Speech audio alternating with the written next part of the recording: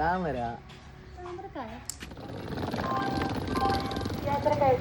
Hello guys, അങ്ങനെ വീണ്ടും ഞാൻ ആലപ്പുഴ എത്തിയിരിക്കുകയാണ് ഗൈസ്. അങ്ങനെ ഒരു കോഫിയൊക്കെ കുടിച്ച് ഇന്നത്തെ ദിവസം തുടങ്ങാന്ന് വിചാരിച്ചു. അപ്പൊ ഇനി നേരെ വീട്ടിലേക്ക്. എന്റെ കയ്യില് ക്യാമറ കണ്ടപ്പോ സ്റ്റീവ് ഓടി വന്ന് വീണു.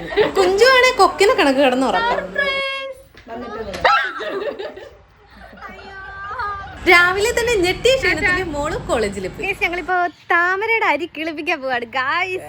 ഇതാണ് കേട്ടോ താമര വിത്ത്.